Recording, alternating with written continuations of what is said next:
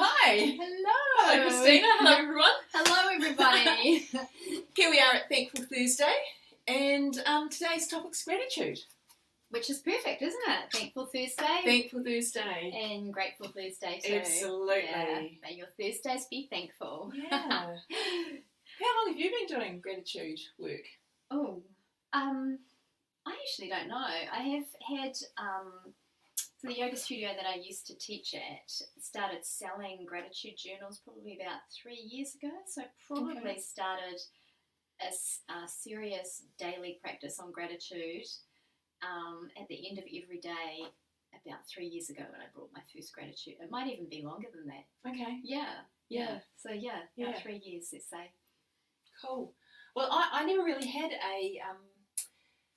a daily gratitude practice until I got a bit sick, actually, with my arthritis in my hips, and I was in really heaps of pain. Yeah, wow. Yeah. And I'd already done a bit of study about happiness and positive psychology. And I remember. Yeah. And you know, the good thing about thankfulness and gratitude is that it actually works, scientifically proven, actually works, even if you don't believe it's going to. Yeah, it's actually quite magical in terms of, I think the thing that tipped me over, because you're talking about like the arthritis and the hips and the pain, like the thing that tipped me over was listening to a couple of podcasts.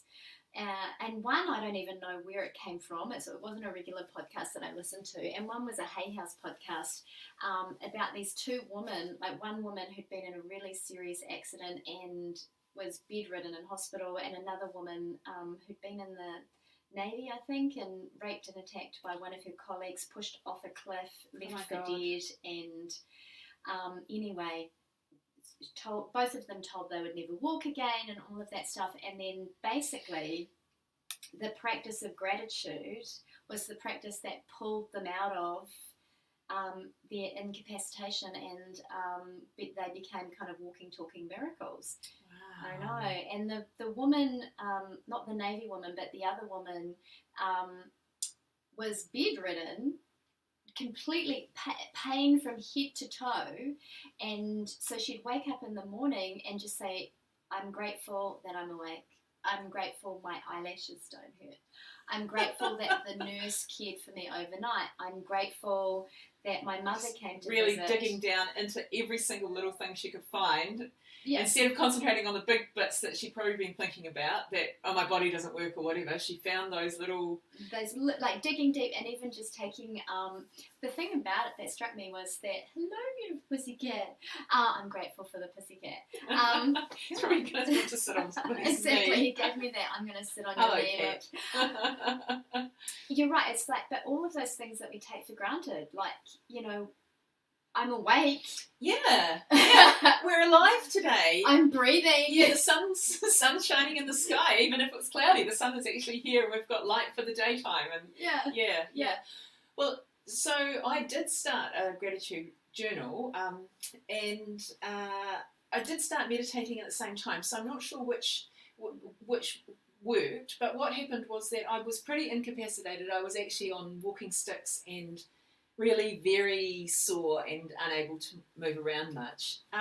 But when I went into the hospital for my pre-op check, my heartbeat had dropped 10 beats a minute. Wow.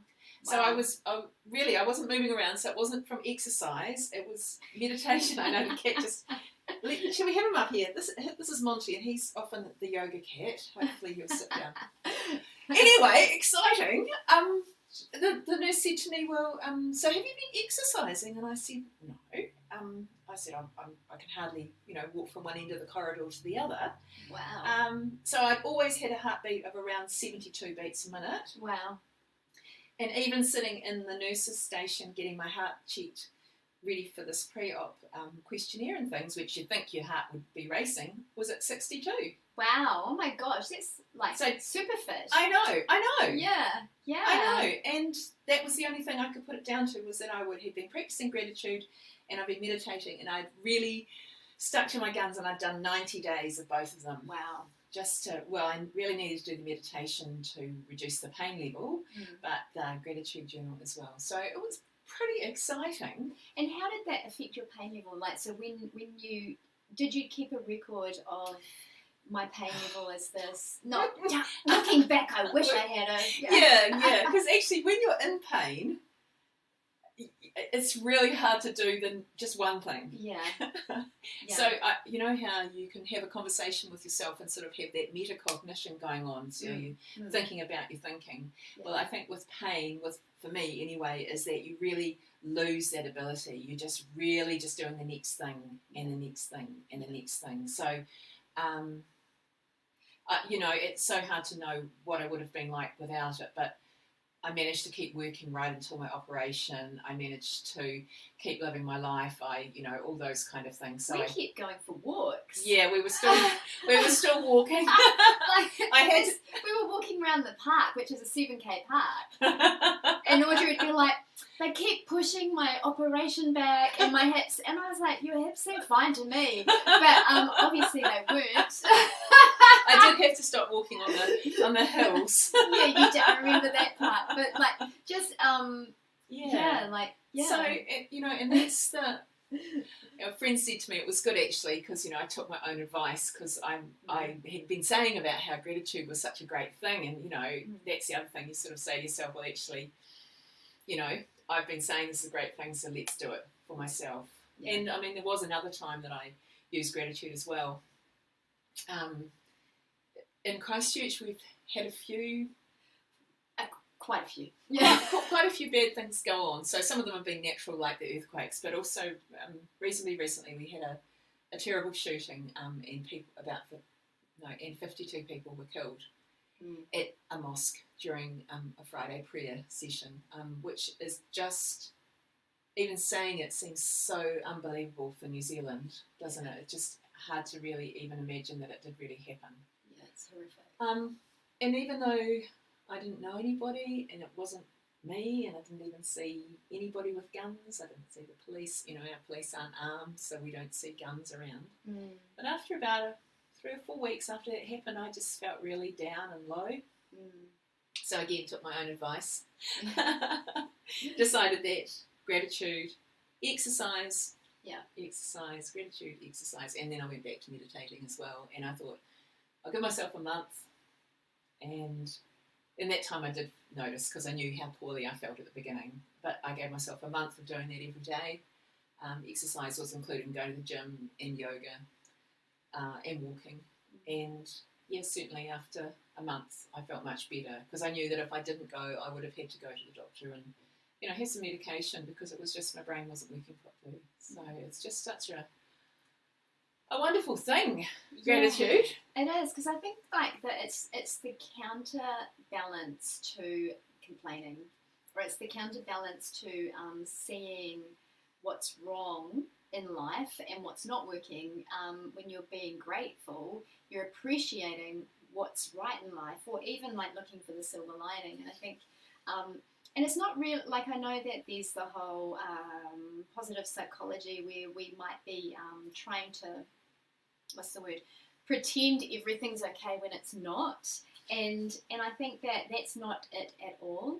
Because sometimes when I'm writing my gratitude, I'm writing the fact that my heart feels broken right now. I'm writing out, I'm grateful for feeling the sadness, or I'm grateful because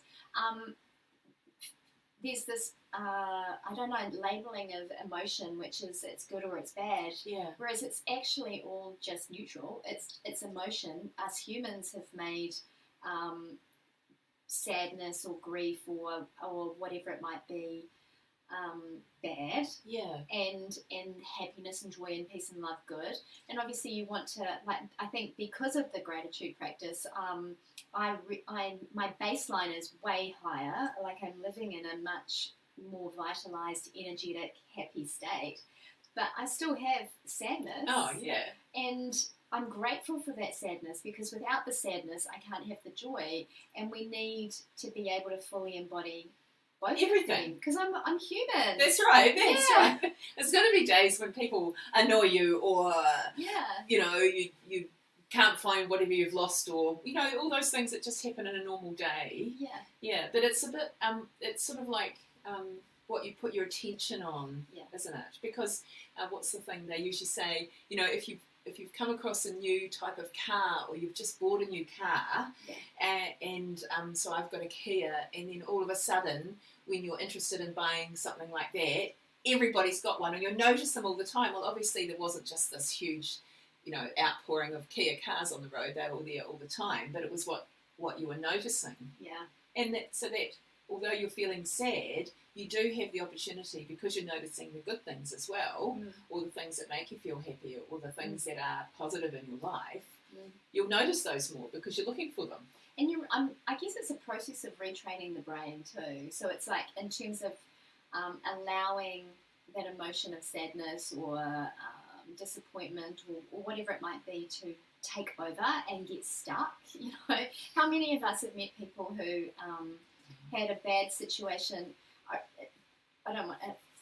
I work a lot with people, and there was one woman in workplaces, one woman who was just mean. She was a mean woman, and we hired her because she was like into yoga and stuff. We thought she'd be cool, but anyway, we got that wrong. But so I ended up doing a lot of work with her because she was causing problems all over the place, and so she's sitting there saying, well, when I was a child, this is a woman in her mid-50s, when I was a child, my father was really critical of me, and he was really mean to me, and all of that stuff. And I get it, like, that's horrible. It's really horrible. But don't get stuck. Like, Feel the horrible and let it go, because, you've had 45 years since you're a 5-year-old if you're 50. Exactly. But then there's, and it's affecting your life now.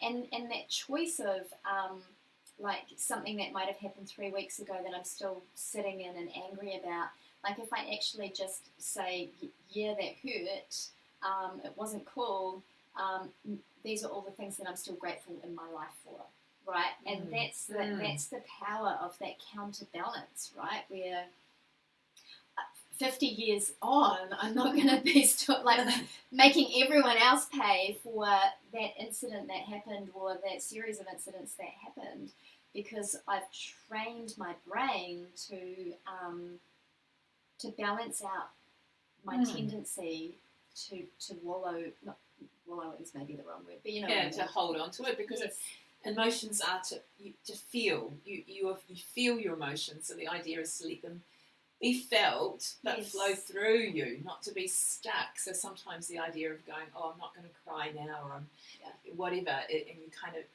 it gets into your body, it gets into your muscles, it gets into your nervous system. Which is why yoga is so powerful, isn't it? Yeah. That's right. Right. Crying on the yoga mat. Hello. Laughing on the yoga mat. Tipping over when you're balancing. Yeah, that's right. Because all the stored emotion that we're holding physically in the body gets kind of stretched and pulled out, and the meridians, like, it's just everything gets opened up. So I think you need the practice of gratitude to be able to go, heck, I'm grateful for everything that brought me to this moment. Yeah. Even if it was painful or challenging or seemed bad at the time. Yeah. But it brought me to here, and whether I see it or not right now, the practice of gratitude will help you to see it. You're freaking amazing.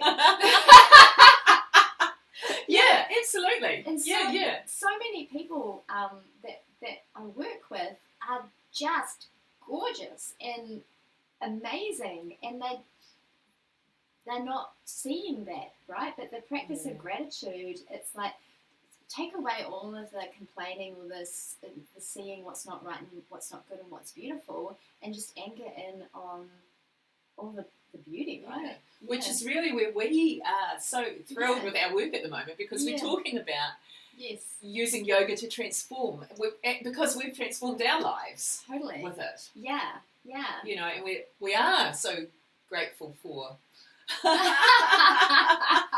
that. Now, we're having a little technical issue here. Hopefully it's all right. I'm just going to just do something It's quiet. probably gone to sleep. Probably Like, has. Here we go. It's like, you ladies are so boring. Yeah.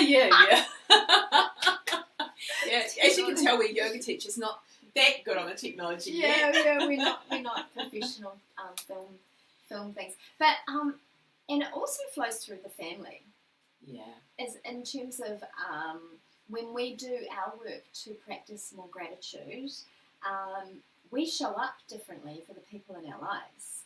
And the people in our lives start to transform, and it actually shifts your energetics. I find my energetic state compared to my old energetics, I feel like I've been reborn. Yeah.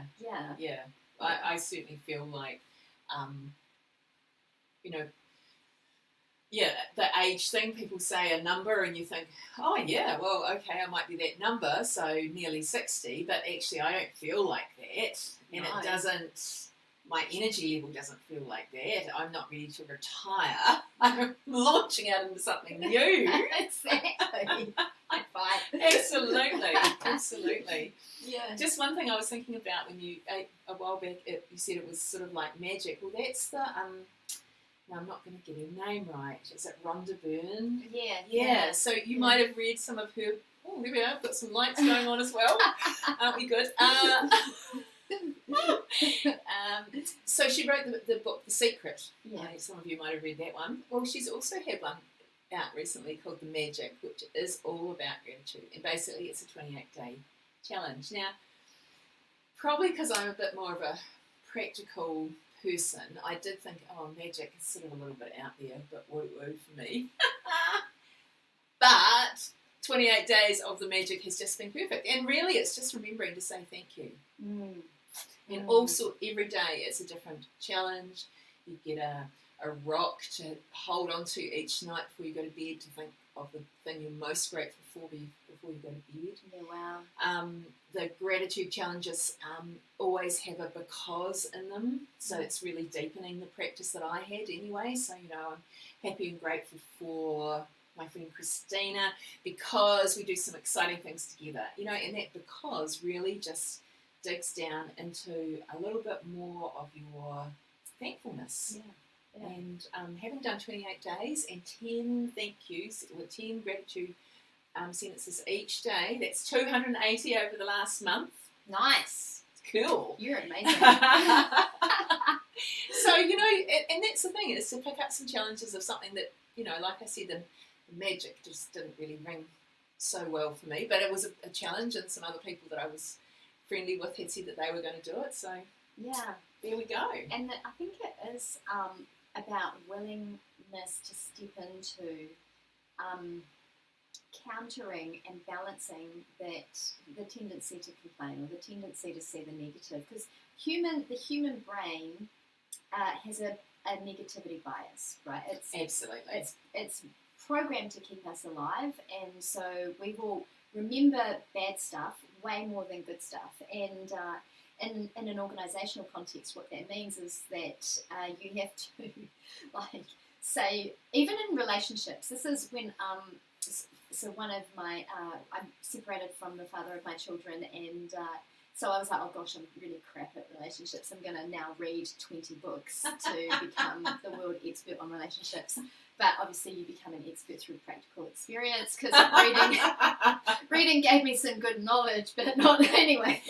There's another Thankful Thursday we can talk about relationships. How's relationships? But one of the things in terms of John Gottman, who wrote the book Why Marriages Succeed or Fail, and is one of the recognised people in predicting successful relationships, he said that the balance to outweigh that negativity bias is 6 positive interactions to every one. So, because I work in the organisational context, I took that to the organisational one. I said, now managers, if you want to ever give constructive feedback, you have to have 6 good things to have said to that person before you give them any constructive feedback. So you have to spend way more energy to counterbalance that negativity bias and appreciating things and seeing the good. Yeah. So I come from a school background, and it's exactly the same. Yeah. So that the kids that will be challenging to you, you need to be. Well, we were going 5-1 for those, but you need to be finding those 5 things, and you might find that with your kids, or. That you've got to find those 5 things of what's going right before you do the one. Or if you have to do the one, you've got a lot of catching up to do before you need to do the next one if that has to happen. Yeah. So, that's all about building relationships and feeling valued and part of that person's life. You're not just a passing object to be given criticism to. Yeah. But I think sometimes the older models, like older teachers and older bosses, that's the model. And also I think older relationships, older families. But if you even think in the context of your relationship with yourself, right? Yeah. True. If you really were honest about the conversation that you're having with yourself inside of your head, and I know many years ago, I started my personal growth journey actually 22 years ago, and I kind of went at my birthday this year. I was like, this is the tipping point. I've done half my life not doing personal development and the other half doing personal development. Now I'm doing more personal development. It's almost like that moment of, oh wow, I've really kind of shifted. But that back in my earlier days, if I'm really honest about the internal voice was, I'm fat, I'm ugly, I'm worthless, I'm no good, Who are we talking about? Me, yeah. I have that voice in my head. I had. Yeah, And that same. And so many women do, right? Yeah. And so the gratitude practice, and it's going to feel so unnatural, is I appreciate my body. I love looking in the mirror. I love the fact that I have, like, people used to say you have a beautiful smile, and I would be like, and I figured it out, like, not just recently, it's probably because I hardly ever did smile. Oh, really? So, yeah, I'm guessing. Oh, okay. Because why would you need to comment on someone smiling if they were always smiling? Oh, no. Maybe, but also you do have a gorgeous smile. Who knows? Thank you. Yeah. And also, too, accepting the compliments. Yeah. How many times do we say thank you? Yeah. If, you do have a gorgeous smile. Thank you. Yeah, you've got a gorgeous smile too. Exactly, you beautiful people out there. But we don't, do we? Yeah. So that real, looking in the mirror and appreciating and loving whatever you're seeing, because it's you. Yeah. Well, there's so many things out there that are telling us that we should look in a different way, and that we should wear different clothes and eat different foods and be this particular model of how you're supposed to be. So we get all that bombardment, and then we kind of lose the fact that actually that's all rubbish. And, shit, really. I don't know if we should be saying that, but it's baloney, really. And actually, we're gorgeous, and that really lumps and bumps and whatever you think might be different in you to someone else, well, that's perfect because that's you. Yes, and we need you. That's right. We should be grateful. Yeah, exactly. Like, the world needs us to show up authentically. Just to be us. Yes. We don't have to be anybody else. No, and there's that, there is, God loves you no matter what, or the universe loves you, whatever you want to kind of say in that sentence. But you are unconditionally loved. Like, the rain doesn't decide not to rain on you because all of a sudden you're size 14. Yeah, exactly. Or you're not perfect. Or you're size 24 or whatever. Exactly. It doesn't matter. Yeah. It's the rain's still going to rain on you because it's not discriminating. Yeah, and the sun's going to shine on you. Exactly. And all we need is to wake up in the morning and say, to celebrate that we're awake and we're alive and we've got another day on this planet to do the work that we have. But I know that for some of us, getting even to that point might be a long journey, right? Yeah. So it's just get disciplined. Thankful Thursday. Get disciplined and and say thank you, and say thank you, and say thank you. And it might feel really wrong. Yeah, could be. Yeah. Could be. Yeah. Yeah. Yeah. Or uncomfortable. Yeah. Yeah. And I've obviously I didn't learn my lessons. I've broken up with a few more men since the father of my children. But there's that there's no bitterness, because my training now is to say thank you for the beauty of the relationship and the lessons. Yeah. And thank you for actually being 87% of the man that I'm looking for. I'm just going to go and try and find the extra 13%, and I'll focus on all of the good things that we're brought into.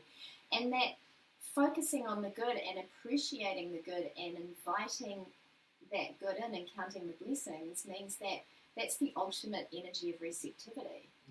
Yeah?